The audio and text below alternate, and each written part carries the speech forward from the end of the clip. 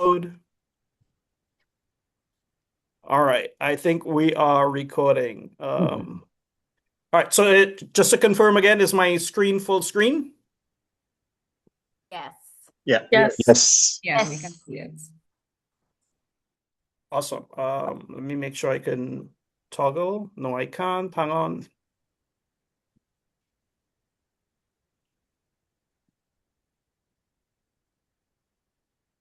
All right. So, good evening again, everyone. Happy Wednesday. So excited to have you all here with us. Welcome to the Founder Institute Caribbean's inaugural cohort graduation. So, I want to see some clapping emojis. Come on, Woohoo! light up my screen. Let me see those fireworks going off. I mean, today is an exciting day for the founders, for the mentors, for the partners, for all of us here at FI Caribbean. I mean, over the past 14 weeks, we've been working so hard, and today couldn't have come sooner. So, really, really excited to have you all here with us. And we're actually logging in from across the ecosystem spectrum. Founders have joined us, investors, mentors, folks from private sector, from public sector. We even have the diplomatic corps representing. So super excited to have you all. For those of you who may not know me, my name is Raul Anansing. I lead the Founder Institute Caribbean chapter alongside my rockstar team with Michaela, Adana, Sati, Isaiah. So super excited to be hosting all of you here this evening.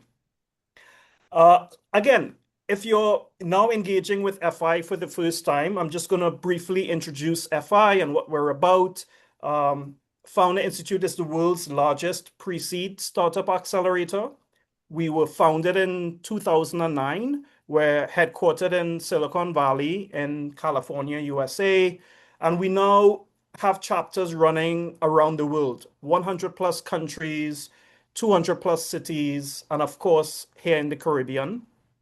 Since 2009, we've graduated over 8,900 founders who've had tremendous access to stellar mentorship from our global network of in excess of 35,000 mentors. In total, our portfolio value is estimated at around a little over $30 billion. Our alumni have gone on to raise in excess of $2 billion from our global investor network that exceeds 5,000 investors around the world. For founders, the core program doesn't end today. The graduation is a celebration of the past 14 weeks, but it's a milestone that leads to the next. We are with founders for the life of their startup. Once founders graduate from our core program, they now have access to structured post programs that would help them achieve their product market fit, help them raise their pre-seed, and as they progress, help them raise their Series A. And of course, they would have continued support from our global network of founders, mentors, and investors. I mentioned before, our investor network exceeds 5,000 investors globally. And in particular, we also are very active in the investment space. We run a VC lab that actively produces emerging fund managers. Really excited that on our last webinar, Jeffrey Foston would have shared that he's also in the midst of launching a fund to cater to Caribbean founders. So super excited about that. With regards to our chapter in particular, really happy to share some stats with you. In total, we received 93 applications from across the region. We accepted 38 from 13 different countries. One of the critical criteria that we use in assessing founders is our entrepreneur DNA assessment. And Adana will drop the link to that assessment tool in the chat so you all can check it out. Essentially, because we're working with founders at such an early stage, their idea or product or startup, or if they're a bit more advanced, isn't as important as the founder makeup. We need to know that these founders have what it takes to build successful companies. that they are coachable, that they will pivot when necessary, that they are resilient, that they are prepared for the sacrifice ahead. So that entrepreneur DNA assessment gives us sort of a glimpse into the mindset of the applicants. So that's a really important tool for us. Of the 38 that were enrolled today, really proud to say that we're graduating 17 of them. And that number, I mean, averaging around 45% of the total enrollment is small. However, by comparison, globally, FI averages around 10 to 30% graduating from cohorts. So already the Caribbean chapter is exceeding and blowing those benchmarks out of the water, testament to the talent that resides right here in the region. I would also like to add that the smaller number can be attributed as well to the difficulty of the program, but more so the difficulty of launching a startup. Being an entrepreneur, as a lot of you can appreciate, is really tough. You have to have thick skin. You fall down so many times, and you have to be able to pick yourself back up. So it's critical that we continue to build a supportive community to enable the success of these founders. Another stat that I'm super proud of is that of our 17 graduates, seven are female. They're rocking it right here in Latin America and the Caribbean, and super excited to feature them later on today's graduation ceremony. So let's give it up again. Congrats to all the graduates who've made it to the finish line. 17 from across the region, over 13 countries, here with us today. You're going to be meeting all of them. We'll highlight about 10 of them on the main stage, and some of the others will also be presenting in the breakout rooms. But give it up for Andrew. Come, let me see some claps. Give it up for Andrew, for Angela, Brian, Darren, Gerard, Jasmine, Giovanna, Jonathan, Laureano, Michael, Meliska, Naveen, Rodney, Ryan, Sam, Sylvia, Sophia. Today is your day. We couldn't be prouder. We couldn't be happier for you all. We're here to celebrate your success. This is a significant achievement, a significant milestone, and we are here for you for the rest of the journey. So today, guys, I hope that you get to bask in the limelight a bit, enjoy this moment, savor it, but just know that there's still a lot of work ahead. All right. And of course, we couldn't do it without the community. I often say that it takes a village to raise a child, but it takes a community to build a startup.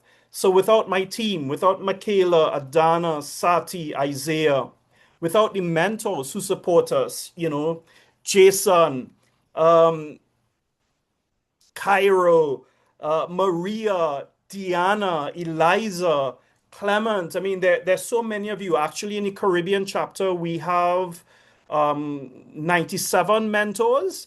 So there's so many mentors who are showing up for our sessions, offering office hours to the founders, and really being so supportive of the ecosystem.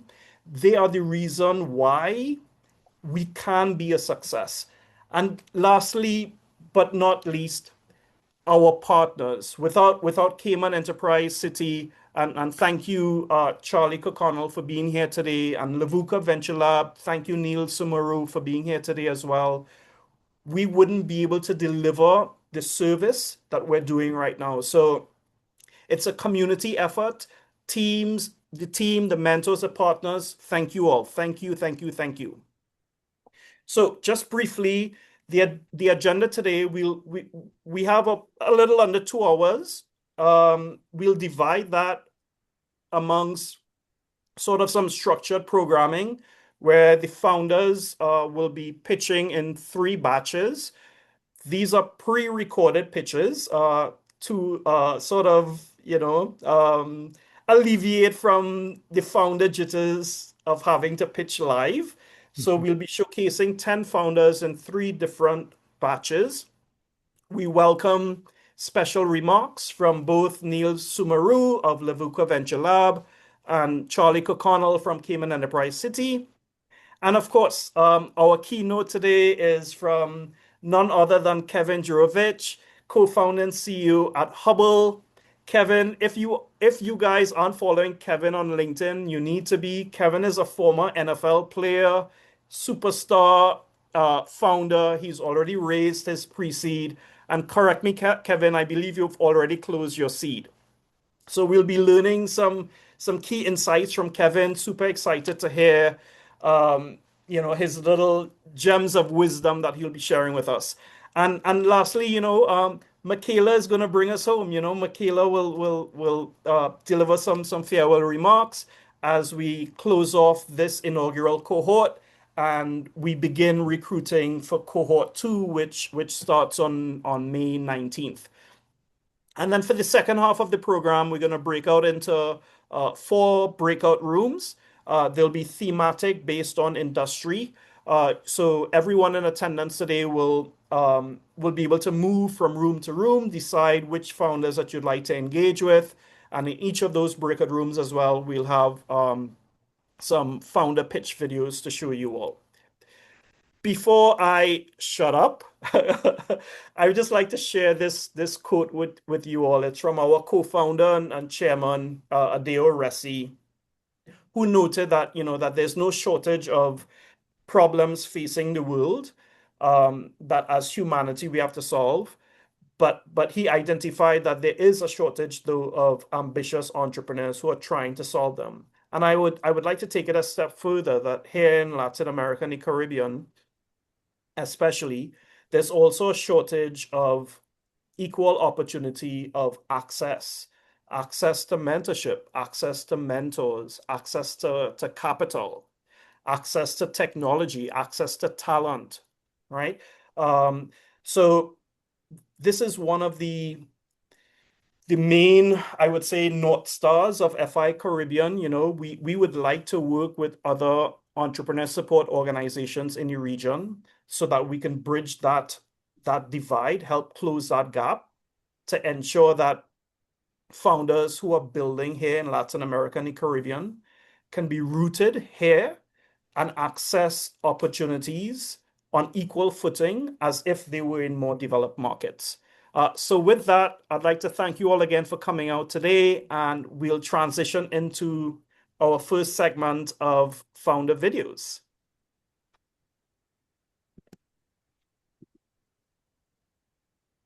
Michaela? Hi, sorry, 1 second. Let me get it set up. And Sure. super excited today. Just all the behind the scenes work that we've been doing with Raw and just having all the founders showcase their videos. So we're going to start the first videos. We're going to show Milejska Laureano. Milejska is MK Care, and she comes from health tech. Laureano Mindo, Future of Work. And Darren, Boriken Futuro from Puerto Rico. It's energy tech. So Hello. I'll be setting up my screen right now, and please let me know if you guys see it correctly.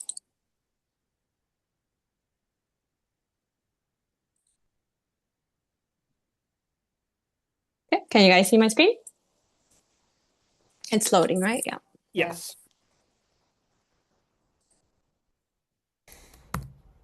Santiago launched a market. Can you go full screen? Yeah, 1 second. Yep. Awesome. MK Care is a data-driven platform that makes home care smart, simple, Okay. Can you guys see it? Yes. Perfect. Okay, ready, set. and secure. The problem is personal. I grew up in an elderly care facility run by my mom for over 25 years. My sister and I took care of Is our it showcasing grandmother correctly? when she enters Alzheimer's by 2019. We experienced firsthand how families struggle with managing care, trusted caregivers, and handling all the hustle that doesn't work. This is what we created MK Care. It's a platform that helps families finding reliable and trusted caregivers within minutes, with peace of mind, getting the support that they need. In the other hand, caregivers get better work opportunities, flexibility, and a team that truly supports them. What makes MK Care difficult to replicate is our data-driven recommendation engine. Care- Customers get caregivers matched based on past bookings, a skill set, and preferences that truly meets their needs. They can get recommendation to our AI care advisor, daily reports, and communicate 24/7. This is how we make money. We make money based on transactions. Customers choose a plan, pays for the service. We take 20 to 30% commission. Once the service is completed, the caregiver gets paid. We're gaining momentum and we have gained early traction in Puerto Rico. We have hit 10K MRR, over 1,000 transactions, and a 4.5 satisfaction score. There's more than 53 million Americans that spend over 30K thousands a year, representing a 50.1 billion market opportunity in Puerto Rico and US. Traditional agencies are expensive and inflexible. Marketplaces focus on job posting and one-time matching. MK Care focus on care continuity, combining data, reporting, education, and AI guidance to truly manage senior home care easily without hazard for families. We target to scale MK Care across Puerto Rico, US, and Latam within the next 48 months and hit 20K paying customer and 50 million annual recurring revenue. We are a team. We're sisters with a combined experience in engineering, technology, and gerontology. They're building a solution that we have lived, not just research. We're looking to raise 1.2 million USD to help us hit 1.5 million annual recurring revenue in the next 18 months by scaling MK Care across Puerto Rico. Join us in continue growing MK Care and continue making home care easy, accessible, and human for all. Thank you.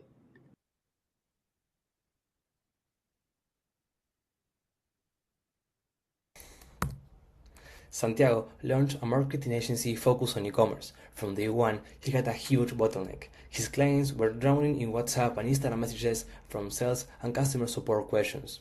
Santiago is not a particular case. More than 60% of e-commerce businesses in Latin America use WhatsApp or social media as their main communication channel. But they can't keep up.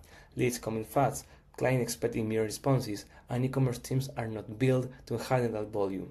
And the data is brutal. Responding in under 5 minutes multiplies the probability of conversion by 21x in B2C environments. Santiago tried all the AI chatbot tools available, and they all failed him. They were expensive, difficult to manage, they didn't have deep integration with e-commerce platforms, no testing capabilities, and the most important part, they were not meant to manage more than one e-commerce at a time. And this is a deal breaker for all the e-commerce marketing agencies and all the e-commerce platform implementers. That's why we started Mindo, the AI-powered communication engine for e-commerce built for the implementation teams. Mindo helps online stores automate support and sales responses with AI, improving response time to under a minute, automatically classify every incoming lead, recover abandoned carts, automate delivery reminders, and much more. In the first 3 weeks, once we built the prototype for Santiago, his agency saved over $3,000 in staff and API costs, responded to more than 12,000 leads, and boosted engagement dramatically.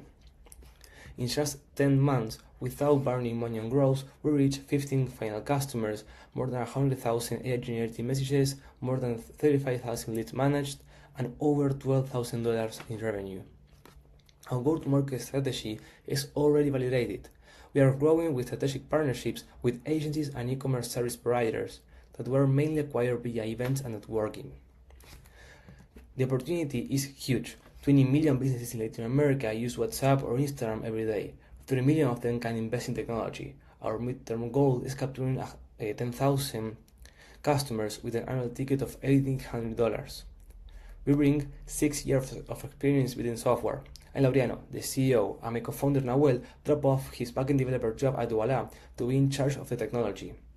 Mindo was born from a real problem, scaled through real customer pain, and validated through real traction.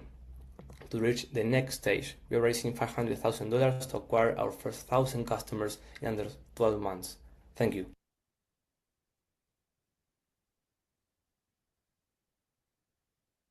Hi, I'm Darren Cherche, founder of Boricuan Futuro.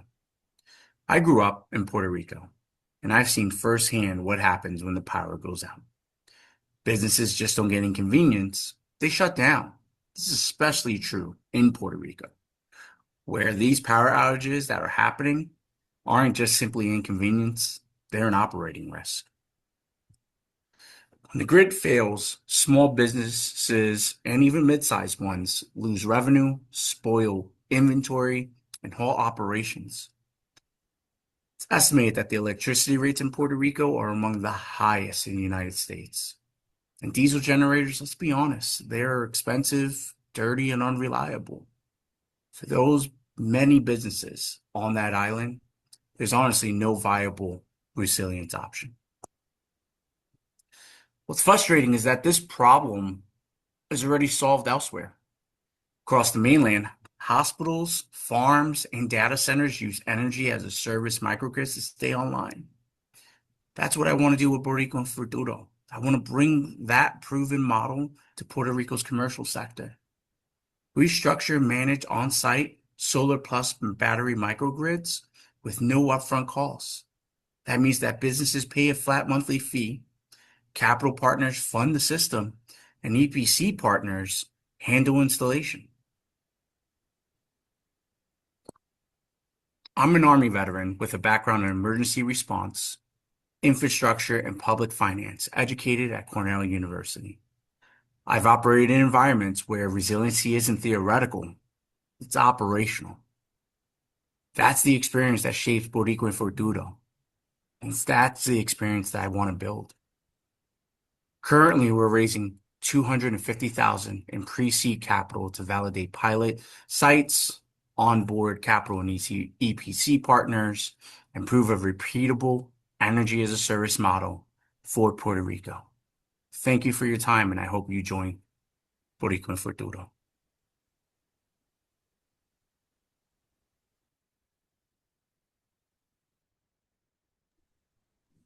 Well, that was incredible. I'm so proud of just seeing all your work come to life in this day after practicing, after reaching out, all our mentors also that assisted, and our founders. Just it's inspiring. I'm getting emotional. So I want to pass on the floor to you, Raul. I'm like the mother here. That's cool, Mika. Thank you. If you could stop sharing screen. Yeah, So of again, course. thank you, Melissa, Laureano, and Darren, for repping Latin America well. You guys rock. So I'd like to call on our first speaker for the evening, Neil Sumaru from Levuka Venture Lab. Neil has been one of our day one supporters at FI Caribbean. Um, an amazing guy. He even made it down to Trinidad in person for our media launch. And he has been such a strong supporter of the founders who are building, leveraging AI and blockchain. So Neil, come on stage, man. I mean, you can do a better Well, job than me. Let me find you and spotlight you. Okay, I think you're sure. on. All right. Great. I was going to say, Raul, I came to Lime and I stayed for the media launch. I love it, love it, love it. The Um, non-trainees may not understand the term, but they'll soon yeah. learn. But no, thank you for your hospitality, of course, as always. It was my pleasure to spend some time with you and meet some of the founders and some of your wonderful colleagues on the ground. But I guess to start, I just wanted to thank everyone and wish them a good evening. Of course, congratulations to all the graduating founders. This evening is yours. But tonight's especially meaningful because as the first Founders Institute graduating cohort, I think that really matters. You didn't just join a program. You stepped up to take advantage of an environment that Raul and his team intentionally created for this region. You chose to move early, before there was precedent, before there was proof, and before it was comfortable. And in that sense, your graduation tonight is especially special because you're not just graduating, you're actually setting the tone for others in your region to follow. And that's effectively what founders do. They see an opportunity before it's established. And opportunities like this, they don't arrive fully formed. The first step is recognizing them. The second is seizing them. And then once you do, the hard work starts. Yes, the hard work. And in our shared language as entrepreneurs, we call that fun. Uh, as you know, Founders Institute doesn't celebrate ideas. It celebrates commitment. So every founder here made the choice not only to start an idea they had, but to show up week after week, to test assumptions, to take feedback, and to keep moving even when outcomes weren't guaranteed. And at this stage, success doesn't necessarily mean everything works. It means you're getting clearer, faster. And it means that you're getting a better definition of what works and what doesn't. The founders who make it aren't the ones that are always right. They're the ones who learn that the fastest, the founders, they're the ones that learn the fastest and adjust without losing their momentum. Perfectly engineering what you think is needed is often far less powerful than the early validation that you receive from clients and mentors. So I'd encourage you all to go bold and to go early. Put things in front of real users. Let the market talk back and treat that feedback as a signal, not as judgment. Don't let constraints, whether that's constraints of your region or anything else, determine your path. Don't build for Silicon Valley. Don't assume what works somewhere else will automatically work where you are. You're here because you saw a real problem that needed solving in a market with actual users under real world conditions. When problem solving makes commercial sense, it becomes a business. When that becomes repeatable, it becomes scale. Strong companies don't lean into hype, they lean into fundamentals. Clear problems, real users, disciplined execution, and trust. And those things aren't necessarily flashy, but they compound. And compounding is what builds companies that last. So now comes to the part where you get to grow further. Milestones and graduations like this matter because they remind us to pause, celebrate wins, and acknowledge progress. But learning and building are endless. Journeys like this don't end, only the scale changes. The same attributes that got you here, the discipline, the adaptability, the persistence, and learning velocity are the same ones that are going to carry you forward. So tonight, take the win and celebrate. Wake up tomorrow and build again. Graduations like this aren't validation. They're permission. Permission to try, permission to fail intelligently, to learn faster, and to keep moving forward. So congratulations to the first Founders Institute Caribbean cohort, first of many. And on behalf of the team at Levuka Venture Lab and me personally, I'm super excited to see what all of you build next and proud to be part of the journey. Awesome. Thank you so very much, Neil. I mean, I know it comes from the heart. I appreciate you, brother, and you've been such a huge supporter and a good friend. And I know that everything that you do, it's genuine because it comes from your heart. So I truly appreciate you. Thank you, thank you, thank you. Feelings mutual. Awesome. All right, so we're going to transition now to our second round of founder pitches. Michaela, can you just confirm if I'm sharing screen or if you are? Yeah, if you can share screen, because I know Sure. the audio is lagging a little bit, so I want to ensure everybody gets to see their pitches correctly. Up next, we have the great Sam A. Carter from Access 11, Digital Accessibility. Then we're going to have Michael. He's from Cognitive Learning. It's an ed tech platform. It's really exciting. And then Naveen, the great Naveen, from Smart Mountain. That's energy tech. So you guys are going to witness them firsthand and excited to see them.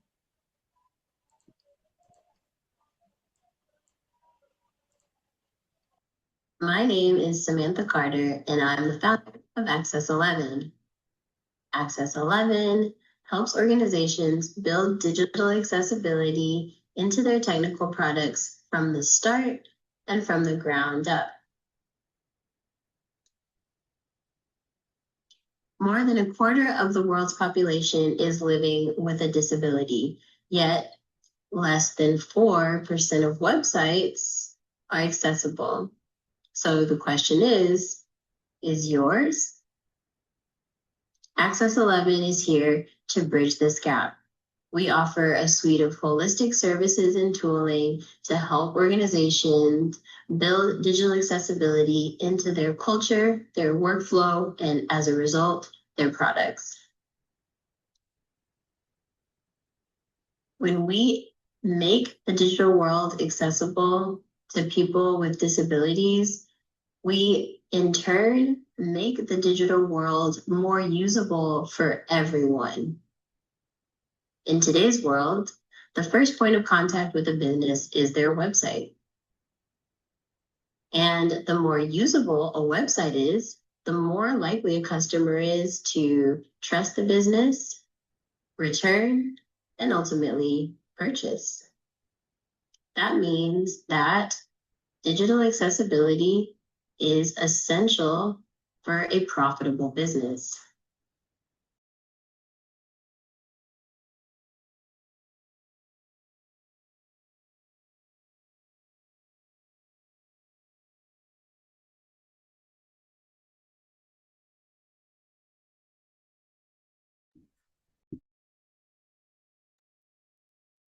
The audio, it came out. And I'm personally passionate about the topic. Sorry Here about in that. Florida, Let me pause and just sort of take you all back then. 1 second. I apologize for that.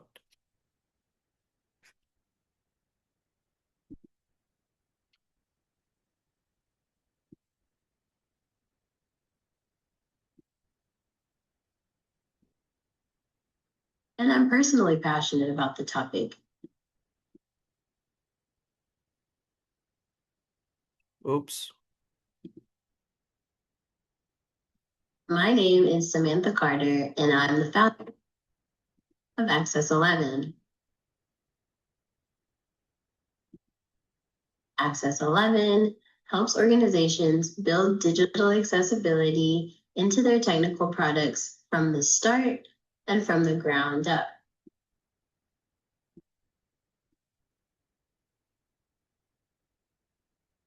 More than a quarter of the world's population is living with a disability, yet less than 4% of websites are accessible. So the question is yours? Access 11 is here to bridge this gap. We offer a suite of holistic services and tooling to help organizations build digital accessibility into their culture, their workflow, and as a result, their products. When we make the digital world accessible to people with disabilities, we in turn make the digital world more usable for everyone. In today's world, the first point of contact with a business is their website. And the more usable a website is, the more likely a customer is to trust the business, return, and ultimately purchase. That means that digital accessibility is essential for a profitable business.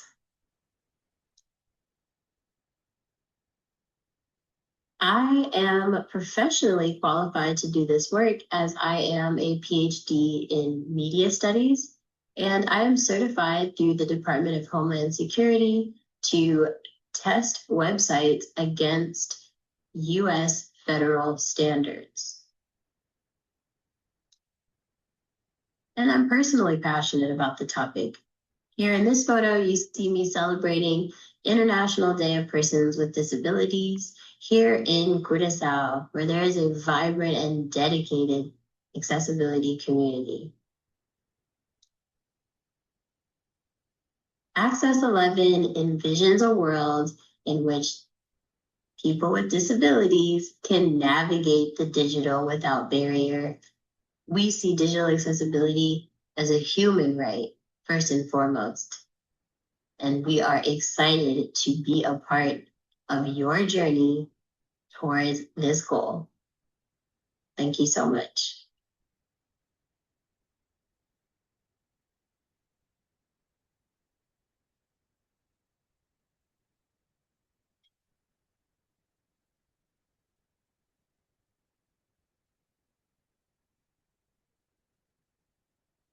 Okay, hang on 1 second. We don't change the math, we change how each student sees it. My name is Michael Stanowitz, and this is Cognizant Learning. During COVID homeschooling, I taught my twins side by side. One got it, the other did not. Same genes, same book, same math. After tons of research, I realized this problem was much larger. Right now, 74% of US 8th graders can't perform math at grade level. Think about that. We are failing 3 out of 4 kids. This isn't a problem, it's a crisis. Imagine teaching piano by only showing sheet music and never sound or rhythm. This is how math is being taught, leaving millions of kids struggling to understand it. And the crisis is getting worse due to other issues like parent disengagement, teacher shortages, and loss of foundational fluency. This will affect everyone. We need a solution fast. Cognizant Learning is the solution to the math crisis. By offering different explanations for the same problem, students achieve concept mastery faster, improve retention, and increase engagement. This approach addresses the diverse needs of learners effectively. Here's how it works. We input math problems into our AI engine, which analyzes key clues in their learning fingerprint, then deliver each problem in the representational format that matches how they naturally understand math. Teachers, administrators, and parents need a solution like this that works. By customizing practice and automating grading, we save schools time, and real-time data provides insight for everyone. Parents gain confidence through transparency, and kids just start loving math again. Every platform, Khan Academy, Dreambox, iReady, adjusts for difficulty and pace. We're the only one that adjusts for understanding. That's our moat. Representational switching combined with real-time learner profiling is what makes us unique. The K-12 math market represents a significant opportunity.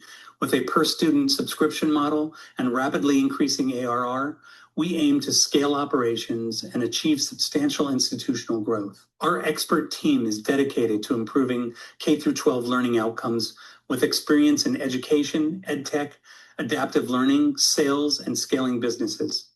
We are committed to driving success and innovation in education. With a $300,000 investment, we aim to prove that every child can master math when taught the way they understand best.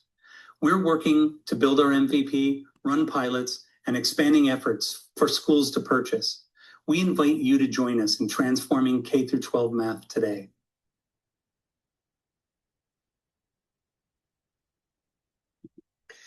Every great company starts with a belief. Ours is simple. Developing economies shouldn't have to choose between prosperity and the planet.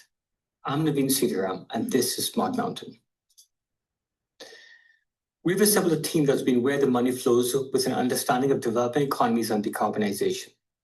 We have decades in improving fragmented systems, and now we have the know-how to apply the tech to make sure the new markets get made. Our vision, digital public infrastructure for climate capital for CBAM-exposed developing countries. By 2030, we'll deploy emissions management across 500 facilities, unlocking billions in transition finance while protecting industrial margins. Here's what most people miss. Trinidad and Tobago is the second largest CBAM country in the world, facing $4.3 billion in carbon border costs over the next 8 years. $1.9 billion of that is avoidable with the right infrastructure. And here's the thing, no one's built it. SaaS platforms assume clean data that doesn't exist. Consultants can't police greenwashing. Development banks are too slow. Yeah. This is a blue ocean opportunity. So what do we actually do? We deliver CBAM compliant baselines in 1 month, not 6, and at 50 to 70% less cost, and with DMRV verification that companies can't manipulate. With the Oi, come give me some 250. Miss Audrey. Come on now, gang.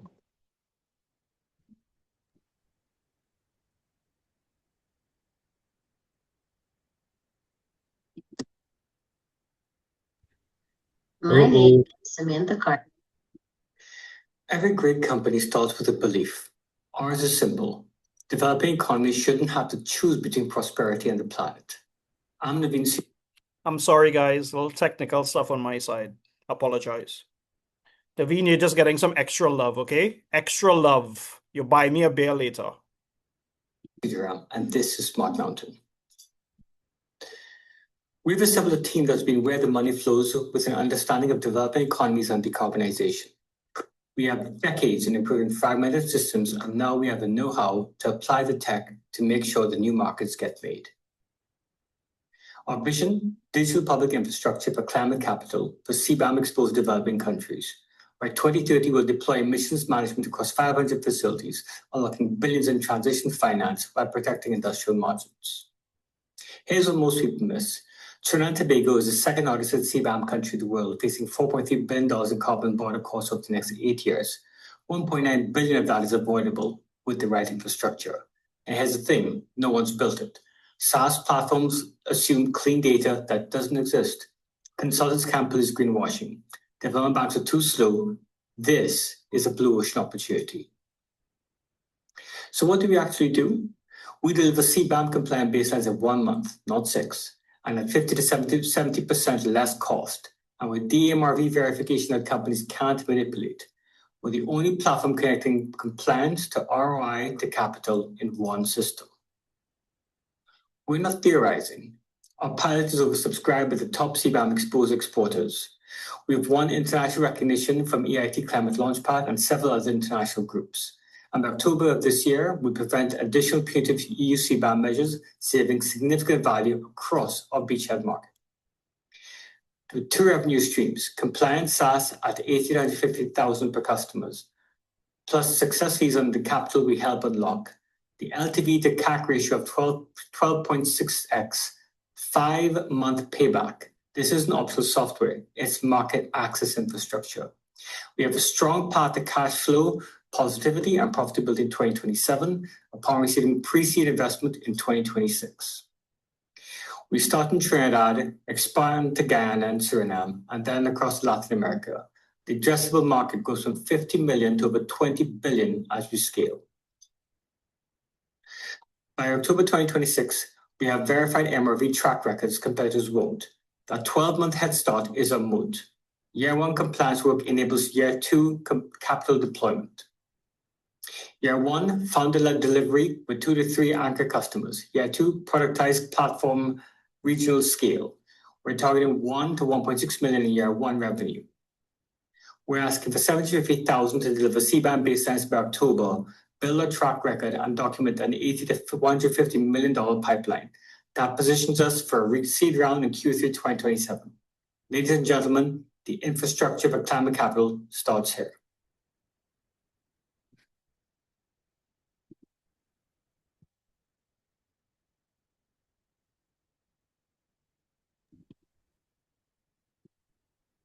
Wonderful. Thank you so much, Naveen, Michael, and Sam.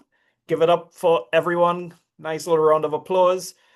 Before Kevin, I don't know why you're on the main stage. Let me just remove you here. I'm not ready for you yet, Kevin. Okay. Yeah. So kudos to the founders again. Our next speaker is Charlie Kirkconnell from Cayman Enterprise City. Funny story. When I met Charlie for the first time, he was introduced to me through a mutual friend and colleague, Jason Butcher at Orbit Capital. And Jason shared that, hey, you know, I have a really good friend. He's building a remarkable innovation hub in the Cayman Islands. You should meet with him, and he's interested in supporting you guys. Charlie came on the first call, and there was zero selling, zero convincing. You know, he just got it from the get-go.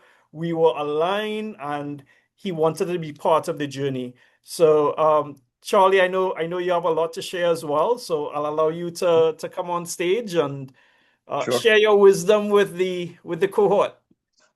All right, and thank you for that. And you know, yeah, I remember that that intro. And the other thing I should mention as well is that there was a project, Michael Garrett, who did the Founder Institute program, not obviously this is the inaugural, but he did one prior to this, and one of the reasons why we didn't hesitate was because of the recommendation, not just from Jason but also from Michael, that this is a top-notch program, and so as soon as we had the opportunity to get involved, we jumped at it, and we're very, very happy that we did.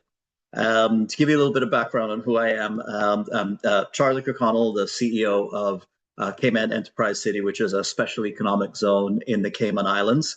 But more relevant to this discussion is I'm also the chairman of an initiative called Enterprise Cayman, which is a nonprofit organization focused on career development and entrepreneurship ecosystem development. And this is the other reason why the Founder Institute Caribbean program fit right in. We're always looking for ways to expand our ecosystem and our offering, and we didn't have anything on this level. And adding this as an opportunity for the projects that we work with was a very important addition. So. With all that said, it's my pleasure to have the opportunity to share some brief remarks at the Founder Institute Caribbean's inaugural graduation ceremony. Big night for everyone. And I'll start by first congratulating Raul and the rest of the FI Caribbean team. Completing your first cohort is a tremendous achievement, and noting that we have had a great experience as a sponsor. And the founders that we sponsored to participate in the program also had an excellent experience. We look forward to participating with you in future cohorts. Turning to the program itself, one of the things that I've observed, and this is cliche perhaps, but or just master of the obvious type stuff. But one of the things I've observed is that the success for a startup project involves clearing a series and a seemingly endless series of cut down hurdles, ones that function to weed out those projects that are not destined for success for whatever reason that might be. But on the other hand, those hurdles also function as encouragement to those projects that clear them. They confirm to projects that they are on the right track. And so to the graduates, congratulations on completing the program. You've cleared another very significant hurdle along the road to success. And for that, you should feel a tremendous sense of accomplishment.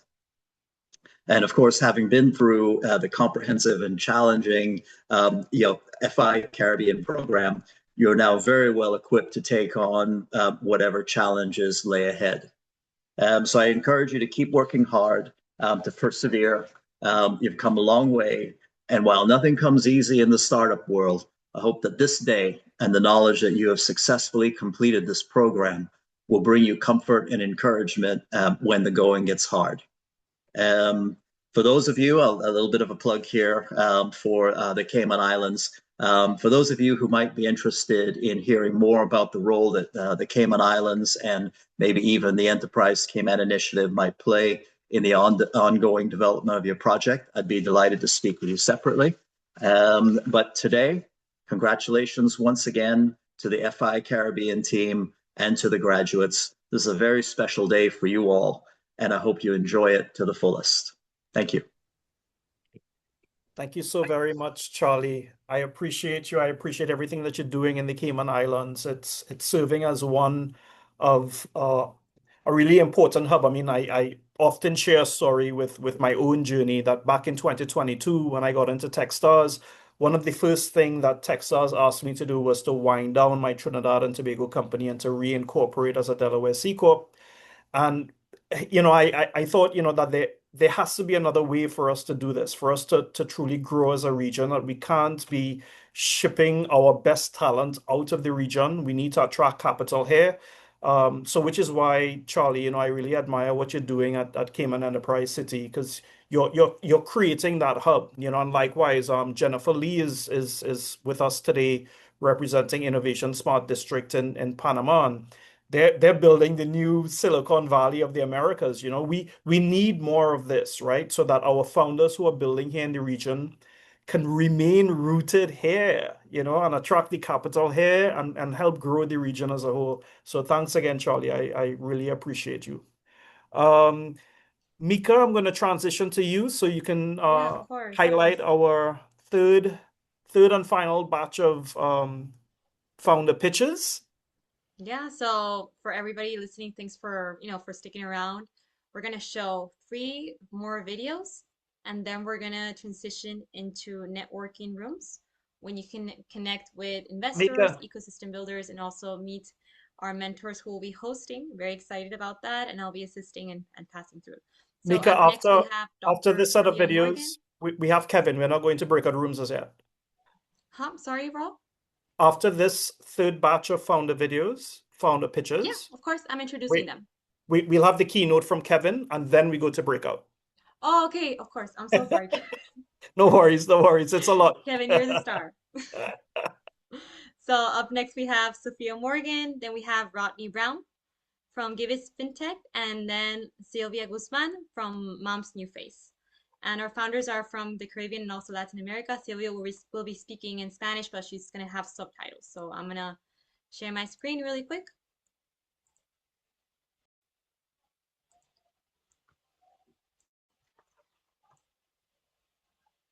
Please let me know if you can see it. I'm Yes. Sophia Morgan, founder of Explore Career Academy. We deliver career literacy to every learner, as helping students prepare for life after high school is no longer optional. There's a career planning crisis. Career education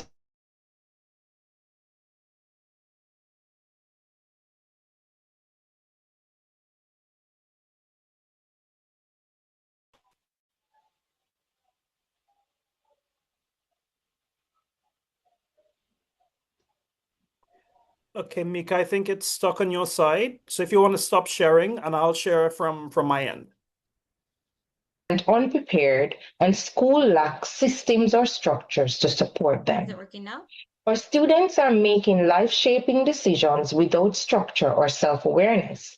Our teachers are overloaded and untrained in career literacy.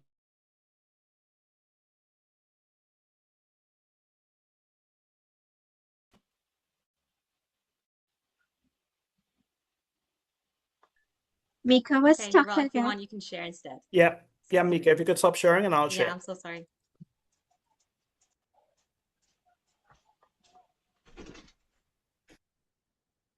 One second.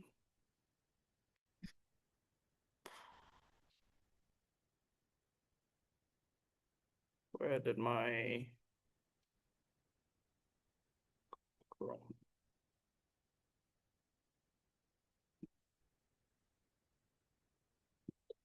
I'm Sophia Morgan, founder of Explore Career Academy. We deliver career literacy to every learner, as helping students prepare for life after high school is no longer Roll optional. high. There is no There's a video career playing. planning We're seeing an crisis. iPhone screen. Okay, 1 second. Let me just refresh this page. And to all the attendees, please bear with us. You know how these technical things go.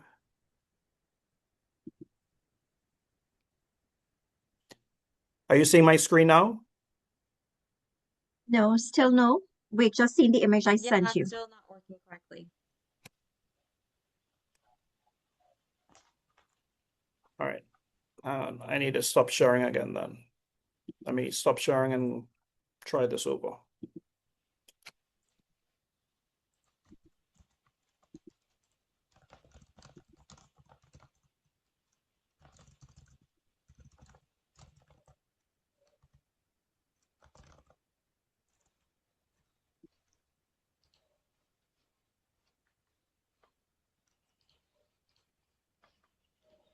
We're almost getting everything fixed, so we'll be right there. Thanks for your All patience, right. guys. Can you confirm if all the events were great, but today, things had to go like this. Can you confirm if you're seeing my screen now? Yes, we are. Can we try audio? Okay. Yes. I'm Sophia Morgan, founder of Explore Career Academy. We deliver career literacy to every learner, as helping students prepare for life after high school is no longer optional. There's a career planning crisis. Career education starts too late, students graduate uncertain and unprepared, and school lacks systems or structures to support them. Our students are making life-shaping decisions without structure or self-awareness. Our teachers are overloaded and untrained in career literacy to support them. And our schools lack the system to provide the support they need. When I saw students choosing STEM pathways they didn't understand, I realized this was a global problem. As 70% of our students graduate without a clear plan, only 30% follow a structured pathway, and only 30% of our students feel prepared for life after high school. This isn't a data problem, it's a structural failure in the K-12 education system. The problem affects three key stakeholders in one broken system: our students, our teachers, and our school administrators. Our solution through Explore Career Academy provides a full stack K-12 career literacy platform that is supported through workbooks and a digital app, providing age-appropriate lessons from kindergarten all the way to grade 12. Our product in action looks as support for our students, support for our teachers and administrators, and also a way for parents to support their child. Let's take a first look at the app that's been developed.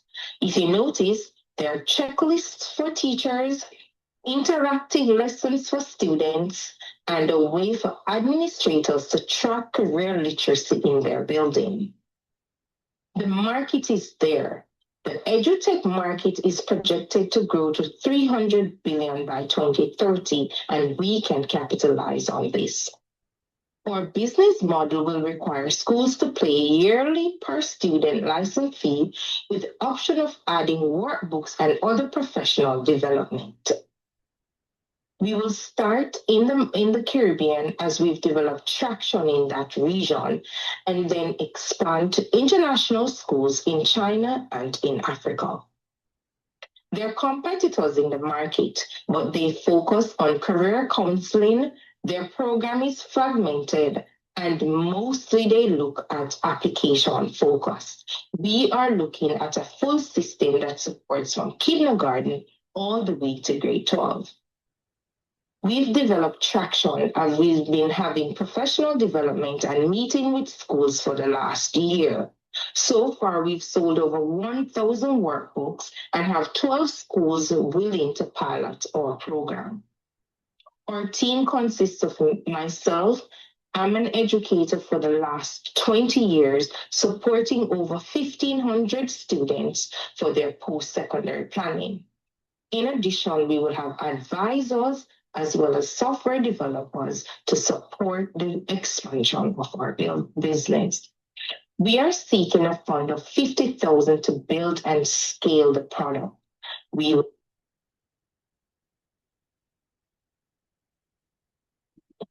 I'm Sophia Morgan, founder. Today, I'm pleased to present GiveUs, a trust and impact. I'm Sophia Morgan, founder of Explore Career Academy. We deliver career literacy to every learner as helping. Sorry, guys.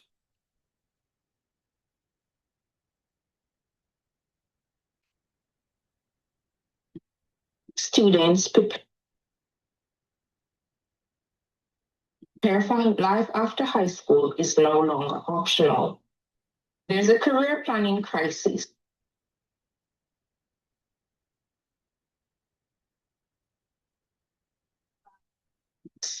Career education starts too late. Students graduate uncertain and unprepared, and school lacks systems or structures to support them. Our students are making life-shaping decisions without structure or self-awareness. Our teachers are overloaded and untrained in career literacy to support them. and our schools lack the system to provide the support they need. When I saw students choosing STEM pathways they didn't understand, I realized this was a global problem.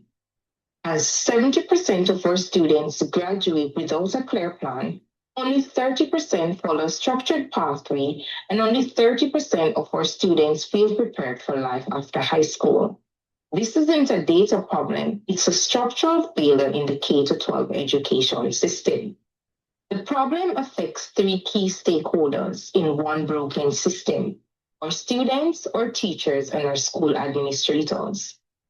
Our solution through Explore Career Academy provides a full stack K-12 career literacy platform that is supported through workbooks and a digital app, providing age-appropriate lessons from kindergarten all the way to grade 12. Our product in action looks as support for our students, support for our teachers and administrators, and also a way for parents to support their child. Let's take a first look at the app that's been developed. If you notice, there are checklists for teachers, interactive lessons for students, and a way for administrators to track career literacy in their building. The market is there. The edutech market is projected to grow to $300 billion by 2030, and we can capitalize on this. Our business model will require schools to pay yearly per student license fee with the option of adding workbooks and other professional development. We will start in the Caribbean as we've developed traction in that region, and then expand to international schools in China and in Africa. There are competitors in the market, but they focus on career counseling. Their program is fragmented, and mostly they look at application focus. We are looking at a full system that supports from kindergarten all the way to grade 12. We've developed traction as we've been having professional development and meeting with schools for the last year. So far, we've sold over 1,000 workbooks and have 12 schools willing to pilot our program. Our team consists of myself. I'm an educator for the last 20 years, supporting over 1,500 students for their post-secondary planning. In addition, we will have advisors as well as software developers to support the expansion of our business. We are seeking a fund of $50,000 to build and scale the product.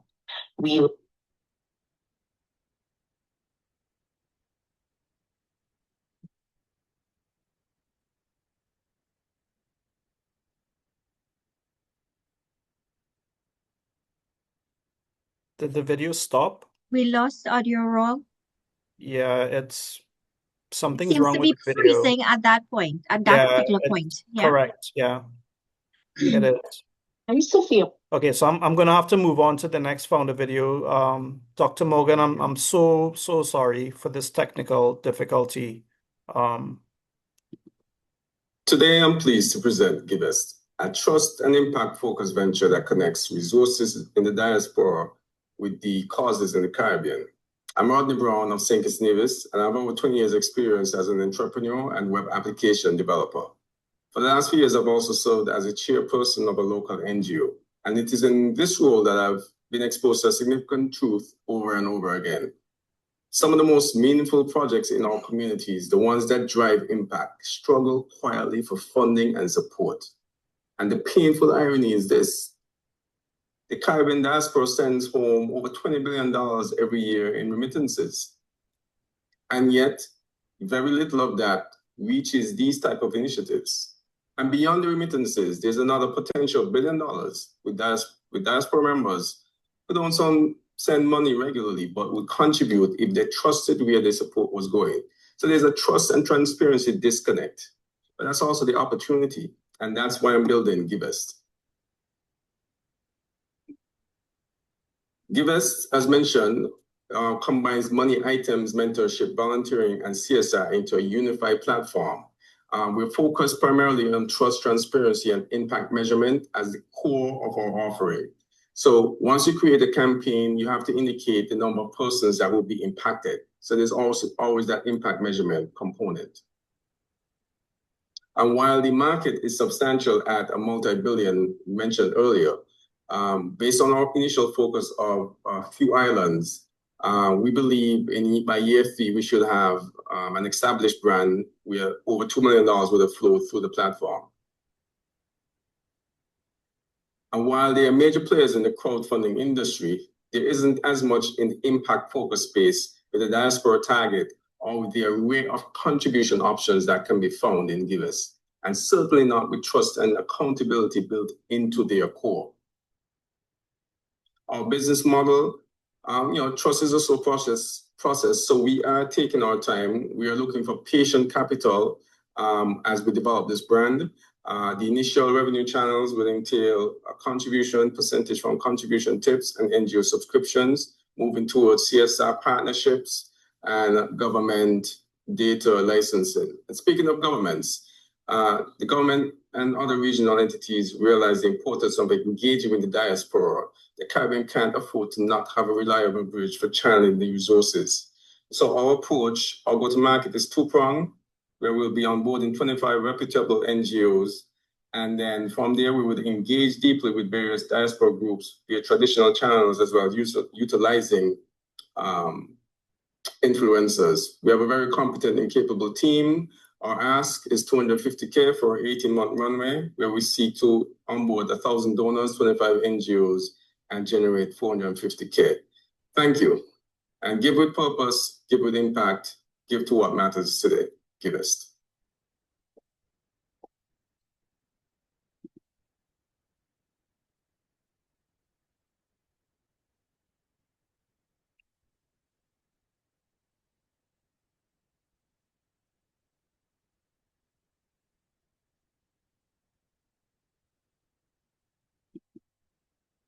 We are Granularity, a digital roadmap to decisive data-driven decarbonization. I'm Ryan Roper, founder and CEO. I've spent over 20 years delivering complex energy projects around the world. I'm an MBA graduate, and I've had a prior SaaS exit. We're living in a world of rising volatility, uncertainty, complexity, and ambiguity. When markets get scared, governments turn inward. Fear drives protectionism. Protectionism drives trade barriers and tariffs. Caribbean trade links are already fragile. Geopolitical wars are breaking these links. CBAM went live this past January. Exporters must now pay for embedded carbon, and 50,000 Caribbean jobs and $500 million in annual revenue are now at stake, and our markets are unprepared. And if this doesn't feel urgent to you, it has already impacted 1,600 families. Nutrien shut down one of 4 ammonia plants in Trinidad with massive impact on a tiny island. CBAM demands auditable data. MSMEs just don't have it. It's the green gap, and it assumes that everyone already has digital systems and that everyone knows where to start on the journey to decarbonization. This is a false narrative. CBAM risks $4 billion in trade and investment. Exporters will have to find an additional $190 million to pay taxes directly associated with CBAM. Most MSMEs won't know they failed compliance until purchase orders disappear. Our solution, Granularity. We enable a roadmap to affordable decarbonization. We offer features and add-ons that no one else delivers. Our workflow allows MSMEs to create a digital path to compliance, to provide decision insights and regulatory reporting, and decarbonization through bankable revenue-generating pathways. We are an executing team. We're not theorists. We're doers. We deliver. Our team is focused on providing a fit-for-purpose solution that creates a legacy of local ownership versus continued dependency. We're focused on pain points and a bottoms-up strategic partnership approach to provide carbon baselines, energy efficiency and abatement options, and decision insights. We're B2B facing with a one-time carbon baseline cost, recurring subscription revenues, and marketplace commissions. Our projected costs for 2026 into 2027 is $250,000, and our 3-year revenue projection is conservatively defensible. we're likely to require additional funds to scale globally after 3 years. We're asking for $250,000 from a climate tech VC partner to accelerate the platform development, expand regional reach, and support MSMEs across the Caribbean and Latin America.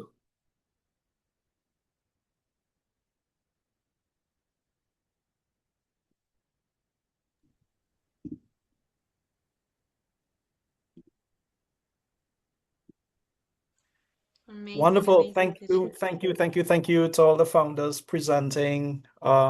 Great stuff. I know we're running late, and I'm really sorry about the founders whose videos we had some technical difficulties with. My sincere apologies, but hopefully you'll have an opportunity to still network in the breakout rooms and to share your pitch there. So I'd like to transition now to our keynote address. Kevin Jurovich is here with us. He's the co-founder and CEO of Hubble. Kevin and I actually connected at at one of the DFX's conferences, I believe, Kevin. We were both on a panel together, and I've been following Kevin for a long time as well on LinkedIn. The community he's building at Hubble is phenomenal. It really breaks down barriers so that founders can access mentors, investors, consultants. I mean, it's amazing. It's amazing the type of community that he's building, and I wish that I had that when I was now starting off with my first startup. So, Kevin, I'm going to spotlight you, buddy, and would love for you to bring us home. Love it. That's a big video of me. Really good to see everybody. I think before I start, I'm going to actually hide myself because I don't want to stare at myself the whole time. I want everybody to look, all these founders in the audience, I want everyone to look at each other and just be proud. And, why are we proud? Because being a founder is choosing hard. It's much easier just to work a steady job and collect a paycheck, to leave the safety of the shore and chase a dream and a vision that's on your heart and start a company is choosing hard. So all the graduates today, be proud of yourself. We have to mark these milestones because there's so much more to go. And this journey is going to be one of the most challenging, craziest journeys of your life. I promise you.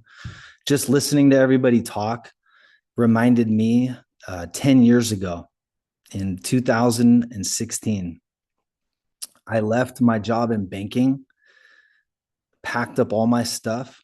I had a Ford Explorer Sport, little mini SUV. I packed all my stuff in it, sold the rest of my stuff on Facebook Marketplace, and I sold all my suits. I was working at the bank. I didn't want to do that anymore, and drove up to San Francisco to chase that dream. And just seeing these pitches, listening to Raul talk, the rest of you founders, it really brought me back to 2016. And it's been a heck of a 10 years for me. So today, I want to share 4 main things that I've learned on my journey, and I hope all of you never forget. The first one is perhaps the most important. And today, the vibes are high. Right? Everyone's feeling good. We graduated. We're about to go out into the real world. We're thinking maybe our company is going to be the next unicorn. We're going to change the world with our vision. God put this on our heart, and never, ever let that go, right? Never, ever let that go. That vision that he put on your heart, the talents that he gave you to be able to pull this off. Tomorrow, you're going to go out into the real world, and it's not going to be as kind. We have all these cohort members. We have all this support. It feels good. A lot of you have already been in the real world, but tomorrow, some of that's going to end. I know Founders Institute, there's going to continue to be an ongoing mentorship relationship. But when we get out into the real world, people are going to say no, right? I saw the pre-seed amounts that everybody's raising. You're going to go pitch an investor. You're going to go pitch 10 investors. You're going to go pitch 50 investors. They're going to say no. You're going to go try to get a new co-founder. You're going to try to hire somebody away from Google. They're going to say no. You're going to try to sell and get some new customers. They might sign up for a week, and then they're going to leave and churn. This is going to be reality for a long time. And as you go through that reality, the importance of this feeling, the reason that you started, your why, never ever forget that. So I really want you to believe this and remember this, because the road that you're about to go on is not an easy one. And it's why I commend everybody for choosing to be a founder, because it's choosing hard. The early days when I started Hubble, how did I maintain the sense of optimism amongst all these rejections that I was facing every day? For me, it was listening to founder podcasts. We all love podcasts or audiobooks. I would encourage all of you out there to figure out a source of inspiration. So for me, what was that? I would walk around San Francisco because I didn't even know what I was doing. When I moved to San Francisco, I didn't say this. I didn't even have a company name. I didn't have an idea. I just knew it was there somewhere. I would listen to hours and hours of founders' stories. And that was my inspiration, because if you listen to any successful founder, they've been through a bunch. It was not easy for them. And listening to that over and over again made the hard days more manageable for me. So in wrapping up, number one, that feeling that we feel today, that anything is possible, that our company is going to be the next big thing, no matter what, you all promise, never, ever let that go. The second point that I think is ultimately so freeing, especially if you're the CEO of a company, but for any founder, this is expression I tell my team all the time. And it goes like this. We are not trying to be right. We are trying to get it right. I'll say that one more time. We're not trying to be right. We're trying to get it right. The first version of your product, all the things that you guys just pitched on the stage and the things that you're working on, most likely in a year, it's going to be completely different. Your go-to-market is going to change. Your value proposition is going to change. The way you pitch your story is going to be completely different. I'd say half of the cohort members in a year from now, it's going to be completely different. The other half are going to be working on a completely new idea. This is normal. So every opportunity, and I think Craig said this earlier, I forget his name, the CEO that spoke before me. Every opportunity is an opportunity to run an experiment, to talk to your customers, and to learn. We're not trying to push our agenda on anybody else. We're just here to learn, and we're here to get it right. And it also reminded me of this presentation, right? Like, think about all the technical difficulties that we just went through, right? And we're all just powered through it. This is reality. This is life as a founder. It's not going to be perfect.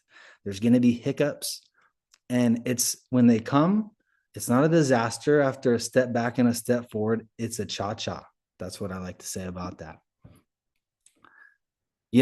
As we're trying to get it right, there's something that I like to coin the time in the desert, right? So we all want this first version of our idea to work, right? Of course. And when we realize that, oh, shoot, I'm at a dead end. This is the time in your life when you're trying a bunch of stuff and nothing is working. This is your time in the desert. If you ask me how long I've been in the desert, it was a long, long time. I spent 5 years in the desert. And when you're there, which all of you will be, go back to number one and never, ever let go of that feeling that this thing is impossible and that your company is going to be the next big thing. You just have to keep walking. The third thing that I would love to talk about that I think is so important in life, and I think so many people get this wrong. This is in relationships. This is with your company, with your employees. It's about what you can give to them, not about what you can get. I'll say that one more time. It's about what can we give, not what can we get. Good things in life take so much time. They also take so many people. And I want to share a story that underscores this very point. So we launched Hubble a little over a year ago. And when I was in my time in the desert, when things weren't working with my previous company, I kind of adopted this philosophy of I'm going to do the best I can with what I have. My company's maybe not flourishing yet, but I have all these lessons and these losses and these years in the arena. I'm going to start sharing them on LinkedIn. So I start writing on LinkedIn like anybody would do. About after 6 months, I write this post. And this post was, and by the way, every single post that I posted, and I would post every single day, was not about me. It was about how can I inspire founders? How can I encourage them? And how can I make them laugh? Because we all need laughter, because this journey sucks most of the time. My first mega viral post, I'll never forget this. I wrote a post that said, Uber's first investors and how much their investment was worth at IPO. I banged this out. It was a 5K investment, return 25 million. It's crazy. I write this story. I hit enter. I go on with my day. I came back and I checked and I was like, oh, shoot. This post had like 10,000 likes on it. And so then, of course, I'm like, I'm going to go through these comments, right? I'm going through these comments and I'm like, who's this guy? This guy has like 5,000 likes on his comment. And I click on his name. I'm like, Mike Walsh. I'm like, oh, shoot. This is the guy I just wrote about. This is Uber's first investor. Mike and I, we stayed cool. He would like some of my stuff. I'd like some of his, nothing crazy. For 2 years, this relationship was nurturing, right? Because all I was doing was giving. I wasn't trying to ask him for an investment. I wasn't trying to get anything from him. When we were onboarding Hubble's first cohort of experts, we're an expert marketplace where you can book calls. He was one of the first people I reached out to. I said, you would be an amazing expert on Hubble. I would love to have you. We got on a call. At the end of the call, you know what he asked? And for everyone raising money, if an investor asks this is a good signal. Because I didn't tell him we were raising money. He says, hey, I love this. Are you guys raising money for this anytime soon? He caught me off guard. I wasn't sure what to say. And so I kind of said, oh, I don't know if we're raising money for this. Because I wasn't ready to, I was caught off guard. And I'll go to sleep that night. I'm like, Kevin, you're an idiot. This is Uber's first investor, dude. Of course you're raising money. Of course you tell him yes. So I devised a plan. I said, okay, in the morning, I'm going to send him a DM. I'm going to tell him we would love to have you on the cap table. Well, the next morning I wake up, 6 a.m. I have a DM in my inbox and it's from him. And he said, hey, pal. It was like straight out of Wall Street. He said, hey, pal, I won in. He ended up leading our pre-seed round. And it's funny how the world works, because I went from this company that really people were interested in, but I think a lot of people were waiting and seeing. The moment Uber's first investor wants to lead our pre-seed round, everybody comes out of the woodworks. And you never know when that moment is going to be. But that moment happened because I chose to just give before receiving. And so I will always tell anybody, do the most you have with what you can. Give to the world. Karma has a funny way. God has a funny way of working it out, and it always comes back around. So as you go out in the world, just remember, let's give first, and then you will receive. The last point that I wanted to talk about, because I know I've been talking for a while, but I also think this is so important, is we got to enjoy the ride. Choosing to be a founder, all of you are a little crazy. I'm not going to lie. I'm a little crazy. This is choosing one of the hardest professions that a person can choose. And like today, right? This is a milestone. We got to celebrate it. We got to celebrate it. We can't be with the social media world of, oh, when I get this, I'll be happy. Or when I get to this milestone, I'll be happy. Or when I raise this round, this $5 million round, I'll be happy. The stakes just keep getting bigger. But if we don't mark the milestones and celebrate them, what are we doing? So have fun, enjoy the journey, Pat yourself on the back and even think about this graduating class. Where were you 6 months ago? Where were you a year ago? Think about how far you've come, right? Sometimes it's easy and we forget how far we've come. Even our own pitch. These pitches that I saw today were way better than my original pitch, like 10 times better. In 6 months, you're going to look back on these videos and you're going to be like, oh my God, can we delete this? Like, why is this even here? Delete this thing. This is the reality of it, right? So enjoy the process, enjoy the journey. And, taking it back to the very beginning, like God gave you this vision. God gave you this idea for this company. He gave you this talent and this ability. Don't look around and compare yourself or your journey to anybody else's. Everyone's on their own timelines. You're exactly where you need to be. You have exactly the abilities and the attributes that you need as a founder to be successful. And in the areas that you're weak, there's so much information in the world. There's so many people that want to help. So you can grow. So you have all the tools that you need. It's been an honor to talk to all of you. I would love one thing, if you guys send me and girls send me a connection on LinkedIn. There's nothing more than I like to see than other founders winning. And if I can help on the journey, I will.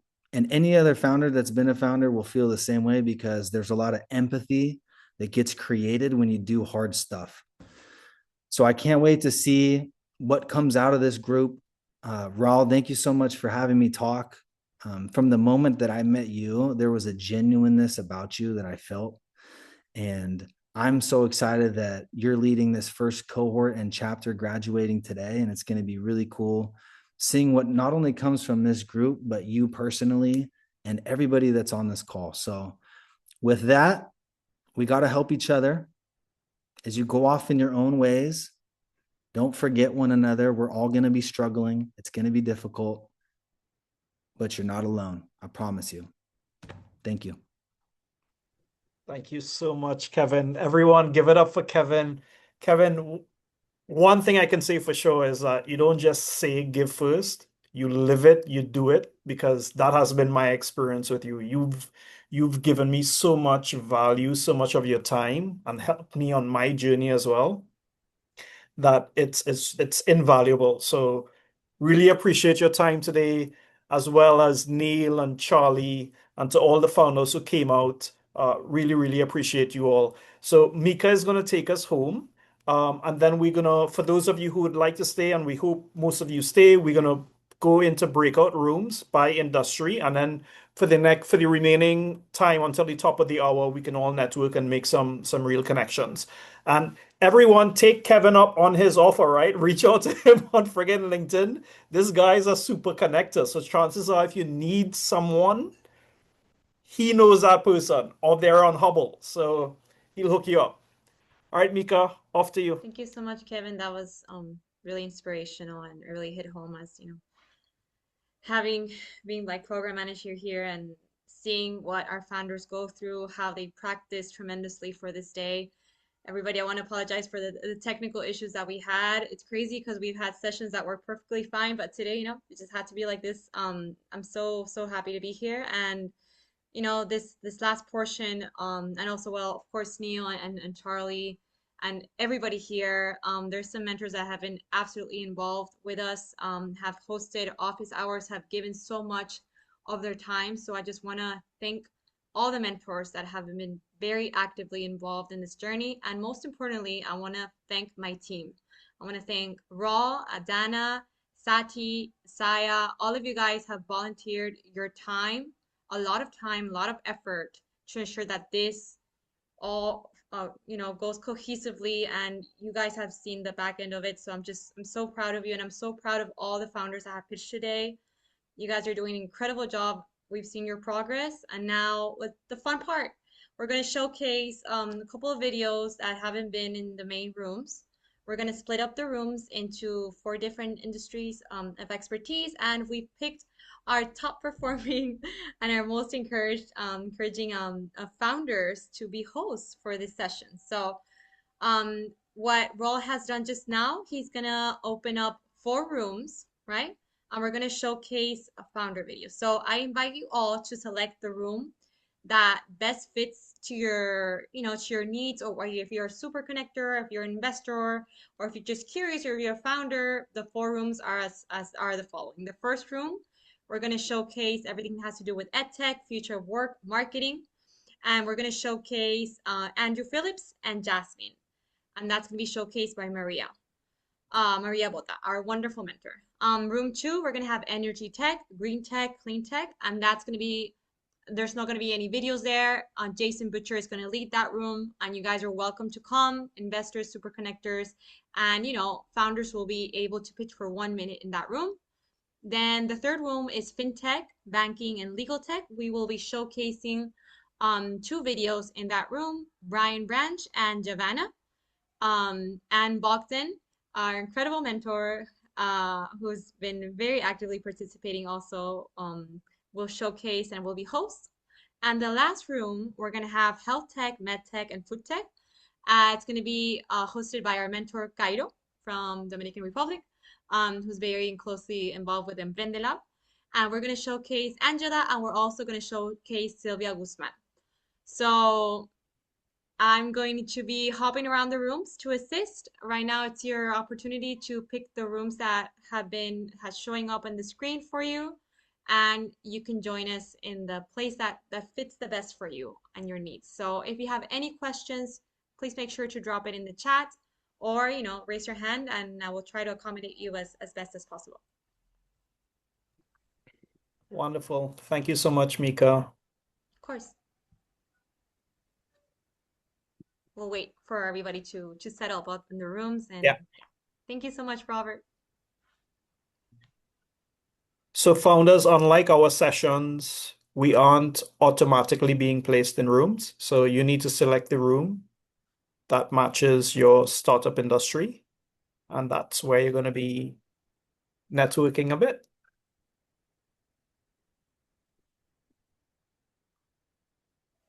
I'm going to show the rooms once again in the chat. Dana, if you can see the chat, you have them there, but just in case, I'm going to show them once again.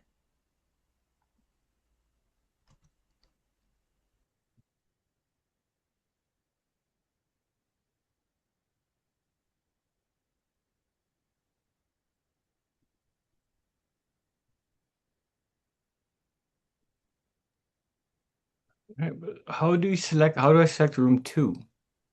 I'm not seeing the option to select. I'm seeing the text, but there's nothing to click on. Yeah, I need to be moved into room 3 too. Yeah, I don't see how we can select our rooms. That's weird. I set it to manual selection. It doesn't show. No room selections. Raul, it works. It just option to join breakout room. Yeah, there's I think Zoom recently came with an update. So if you just click on more and then it says breakout room, then you'd be able to join. Got it. Thanks. But it's not saying which room number. Okay, so if you click on the breakout rooms icon, which is to the bottom right of your screen. Yeah, I'm there. Right. Okay. The first thing that you'll see is everyone who is unassigned. So you wanna minimize that. So click that arrow, and then you'll see now the 4 rooms showing up. Just click join. There's a blue button that says join. Which one is room 2? Room 2 is energy tech, climate tech, and sustainability. Thank you. You're most welcome. And this has been most enjoyable. Thank you. You're most welcome, and I'm happy that you came. Thank you so very much. I'm talking to you from South Africa. It's 20 to 2 in the morning. Oh wow! Oh wow! Well, then I'm even more appreciative and grateful. Thank you so very much.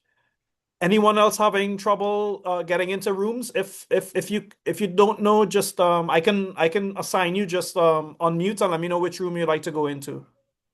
Yeah, you guys can also throw it in the chat if anything. I'll also help you. Wait, sorry. Can you explain again how we get into the rooms? Who is speaking? I can't see. Oh, I'm Sam. Oh, hi Sam. Hi Sam. Okay, which Hi. room are you gonna be in?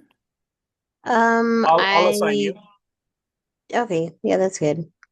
Okay, which of the Oh, rooms, Sam? I guess I don't really know. Mika, I is was it? thinking one or two, I guess, or maybe three or four. Sorry, that's not You helpful. choose and you let us know. Sylvia, I'm gonna assign you to the last room so you can join Kaido. Mika, where will Sam be featured?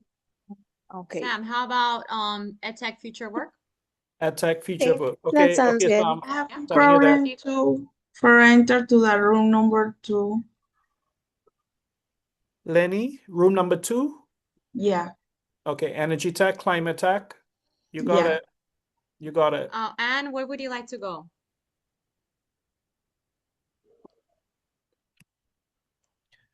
Mark, I see you still in the main room. You wanna let me know which room you'd like to go in? Clement, is it okay if I assign you to 5? Okay, Anne to room 1. Perfect. See you there, Anne. Okay, Mark, if you're hearing me, Dareem, which room would you like to go into? Adora. Yeah, I guess I'll go to the fintech one. Fintech? All right. Yeah. Awesome. Clement, are you there?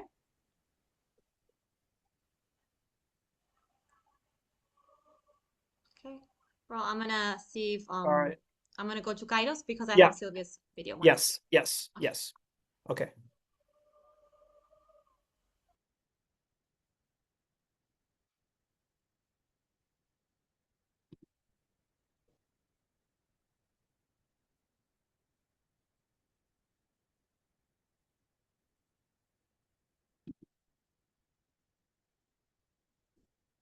Gallery. All right, so it's just us. Did we get everyone? We have Clement.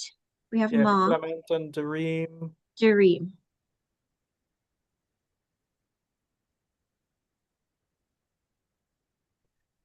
Mark, if you're hearing me, I'm not too sure if you're passively listening or actively listening. But if you're actively listening and you'd like me to place you in a room, just unmute. I'll be happy to help you out. Clement, same for you. Dareem, same for you. I know some of you might be passively listening, and that's fine as well. Yeah, you can feel free to throw me in a room. Which room, Dareem? Which are the? I guess there's one with clean tech. Yeah, that'll be good. So that might be appropriate for you. All right, cool. Good stuff. And I appreciate you coming, buddy. Thanks for the invitation. Yeah. Hi, Dareem. Hi, Sati. Good seeing you. Likewise. All right, so it's just Mark, Allen, and Clement who are not in rooms. So not too bad. What goes on with the recording at this point? Seeing that we have everyone in break. I guess we can stop recording. Let me stop recording.